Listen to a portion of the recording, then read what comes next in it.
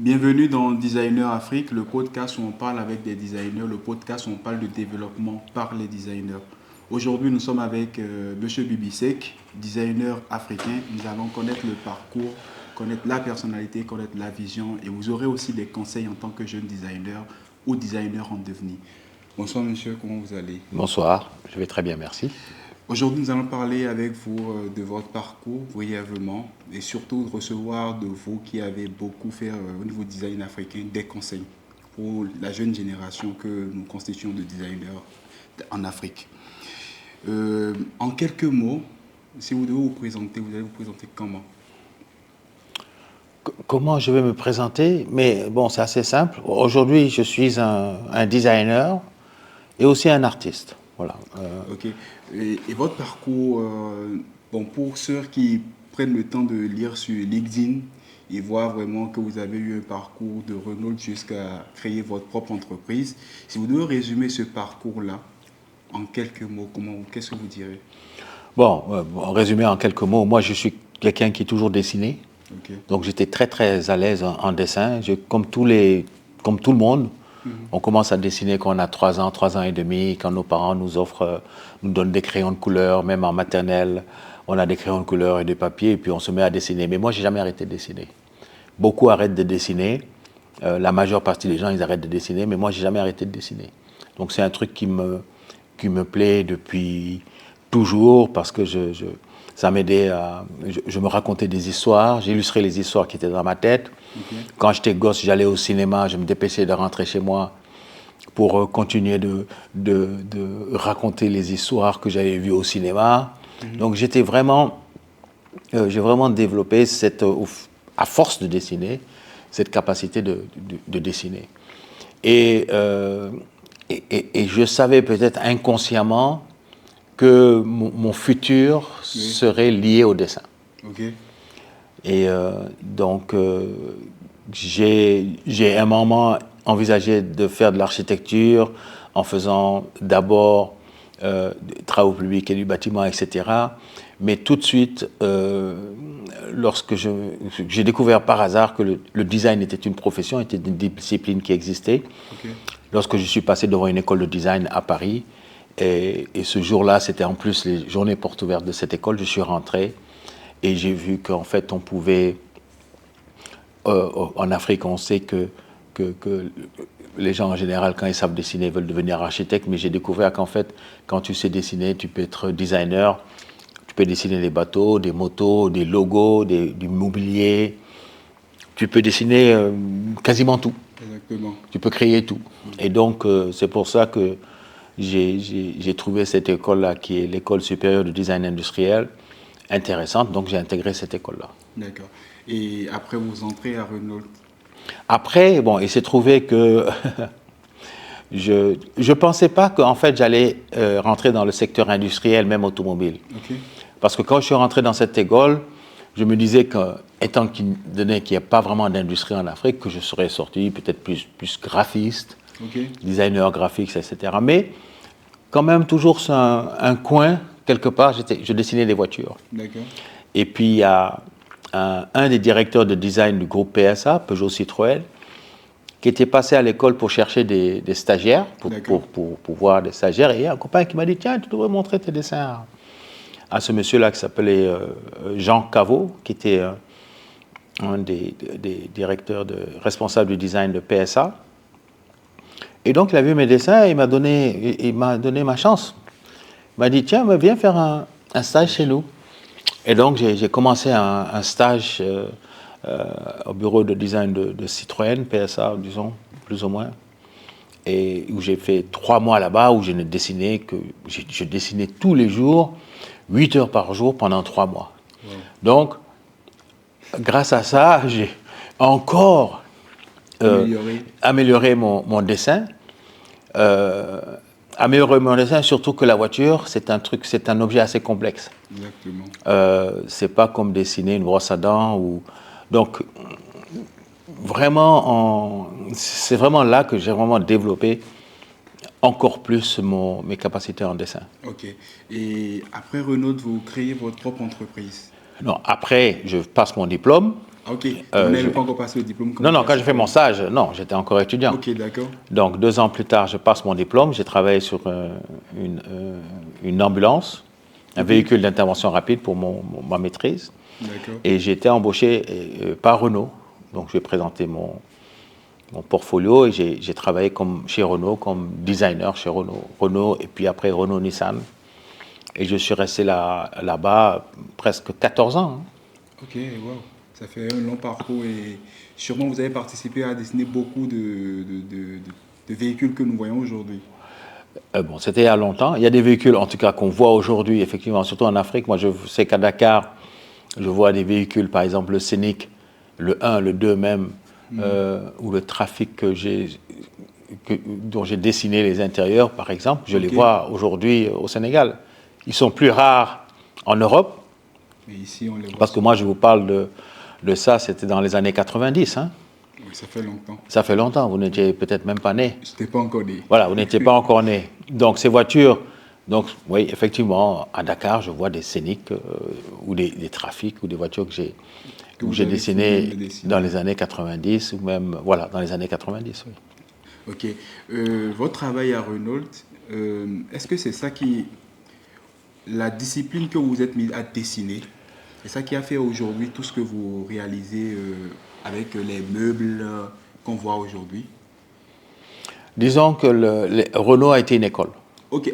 Ah, pour vous, c'était pas... non, c'est-à-dire que quand je dis... Si, j'étais employé. Oui. Mais être employé là-bas, ça a été une école aussi de formation pour moi, d'une certaine manière, parce que, premièrement, vous travaillez en équipe avec des ingénieurs, des techniciens.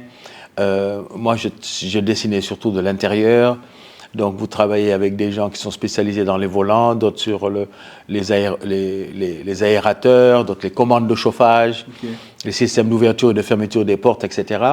Et même les sièges. Donc, quand tu es dans le milieu automobile, tu as plusieurs matériaux avec lesquels tu dois concocter ton histoire. Mais il y a plusieurs corps de métier qui sont autour de toi. Tu collabores avec beaucoup de personnes. Oui, quand tu es designer automobile, mais tu n'es pas le seul, hein, attention. Il y a quand même toute une équipe de techniciens, d'ingénieurs, des gens du marketing. Il y a des personnes qui sont spécialisées dans les couleurs et les matières. Donc tu n'es pas tout seul.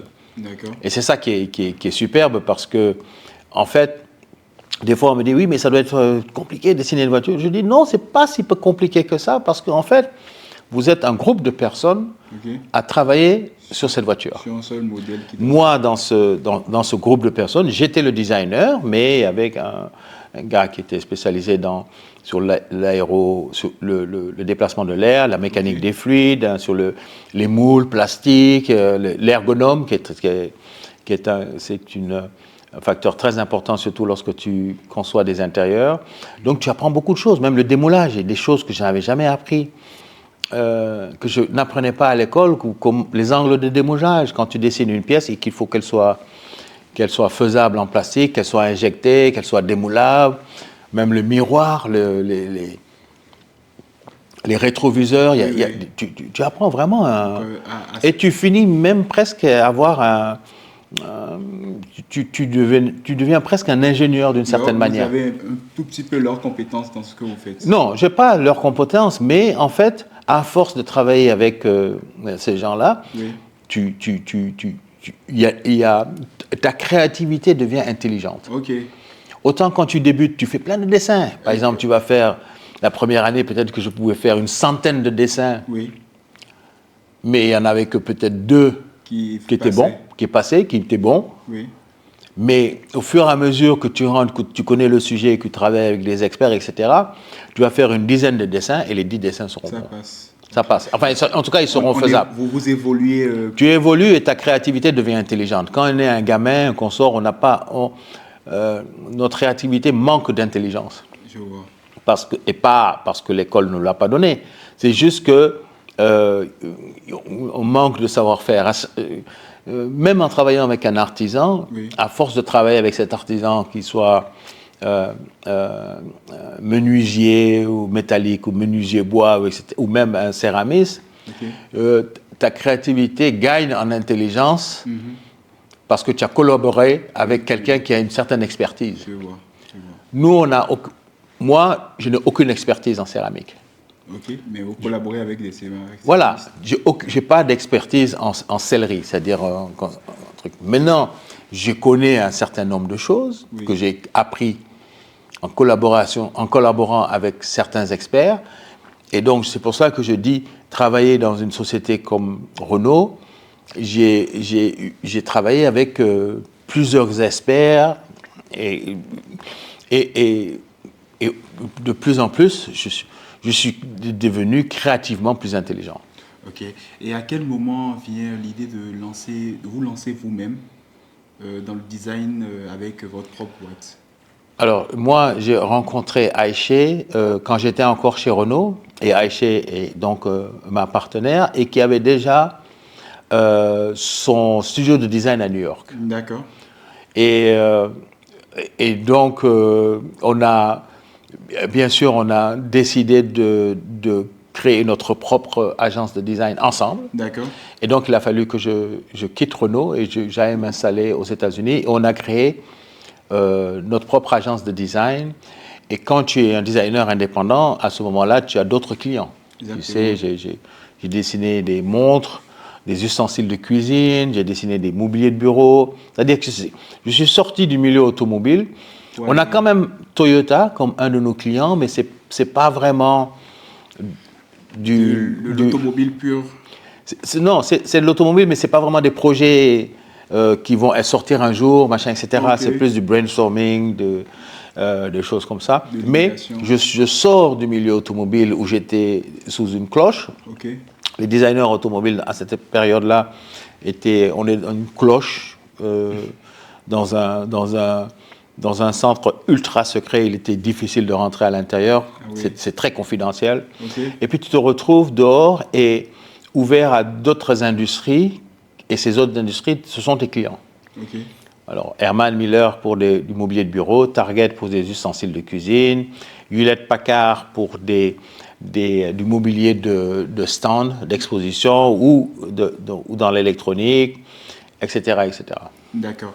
Et de tout ce parcours-là qui est pratiquement 20 ans et peut-être plus, qu'est-ce que vous tirez aujourd'hui et que vous pouvez dire aux designers qui sont en train de se préparer à se lancer? Moi, je dis ce qui m'a sauvé. D'accord. Et ce qui m'a sauvé et qui m'a beaucoup aidé, c'est que je peux tout dessiner. Ok. J'ai la capacité de tout dessiner. C'est-à-dire que pour moi, le dessin est une écriture. Je vois. Donc, si tu me demandes de dessiner une table, je vais te dessiner une table. Une chaise, je n'ai pas dit que ce serait la meilleure table du monde ou la meilleure chaise du monde, mais en tout cas, c'est quelque chose que je sais dessiner. Donc pour moi, le dessin, c'est incontournable, pour moi. Si tu ne sais pas dessiner, c'est très simple. Si tu ne sais pas dessiner et tu ne développes pas ton dessin en tant que jeune designer ou jeune étudiant en dessin, tu vas développer d'autres capacités, genre la 3D. Oui. Genre Photoshop, Illustrator, etc. Oui. Mais si tu ne développes pas le langage qui te permet d'être créatif, c'est-à-dire le dessin, on va t'embaucher dans une agence de design. Et par exemple, si tu es très bon en 3D, en numérisation, oui. Ben, je vais t'embaucher pour faire de la numérisation, mais tu vas faire que ça. Ok, je vois. Donc en fait, c'est-à-dire que je vais faire un sketch, je vais te le donner, je dis fais-moi la 3D. Et donc tu vas te retrouver à faire les 3D. Oui. La partie la plus chiante en design, pour ton chef, il fait la meilleure partie du boulot. Le boulot qui est de penser, le truc. Non, la meilleure partie du boulot en design, c'est le dessin sur un carnet de croquis. Oui. Est-ce que tu as envie de faire ça toute ta vie? Moi, je dessine beaucoup. Moi, ça m'intéresse. Mais quelqu'un qui ne sait pas dessiner, qui veut devenir designer, est-ce qu'il a envie de passer toute sa vie à faire de la 3D, à faire de l'exécution sur Illustrator ou sur Photoshop, etc. Tout le temps avec l'ordinateur. Non, il veut être celui qui tient le crayon. Moi, je veux être celui qui tient le crayon, donc je veux être celui qui crée les idées. Donc, Celui qui débute en fait, celui qui a la genèse de l'idée. Mais oui, parce que je sais aujourd'hui faire de la 3D.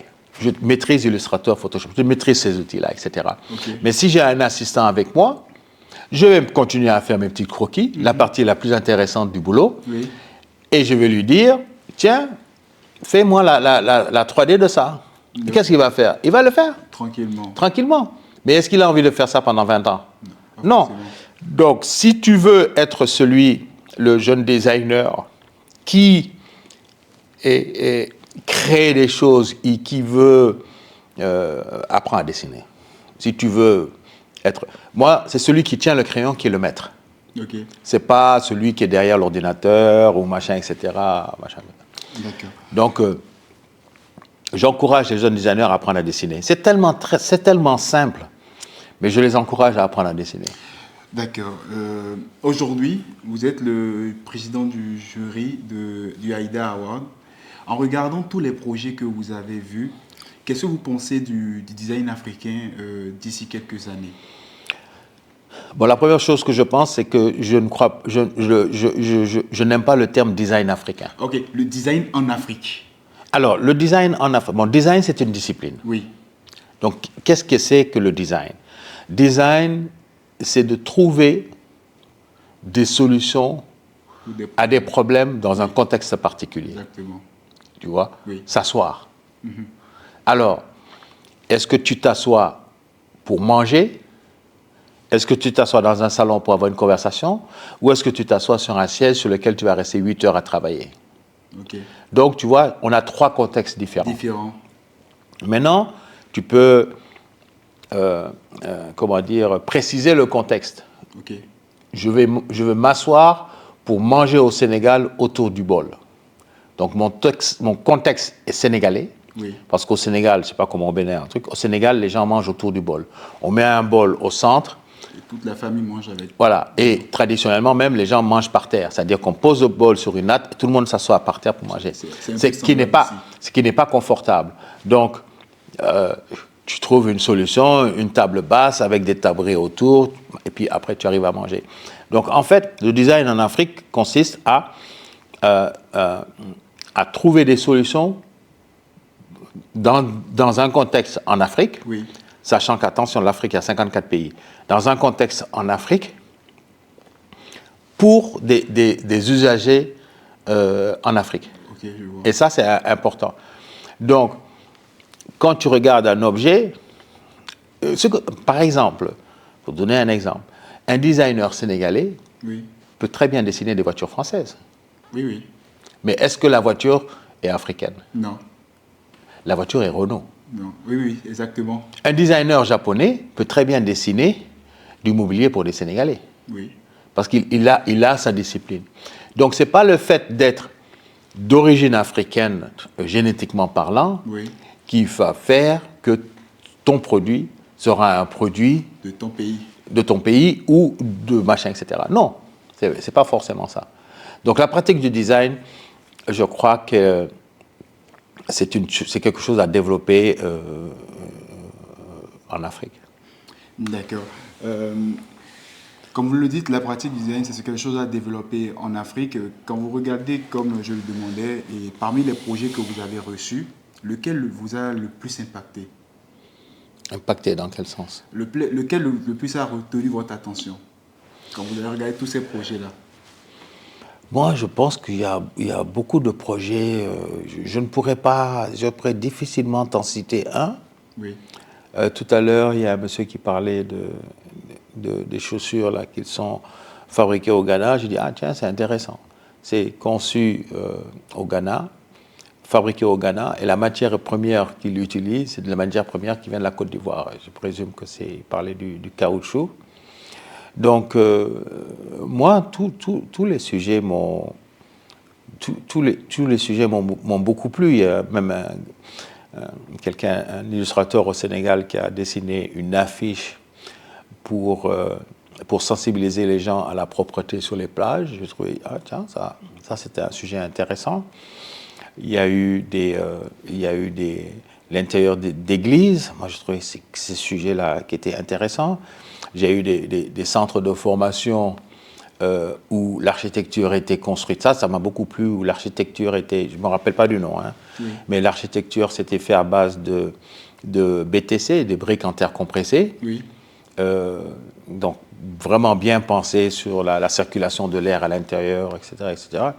Donc, il y a eu, je pense que les projets qui m'ont le plus plu, c'est ceux qui répondaient à des problèmes qui nous ressemblent, qui font partie de notre quotidien. D'accord.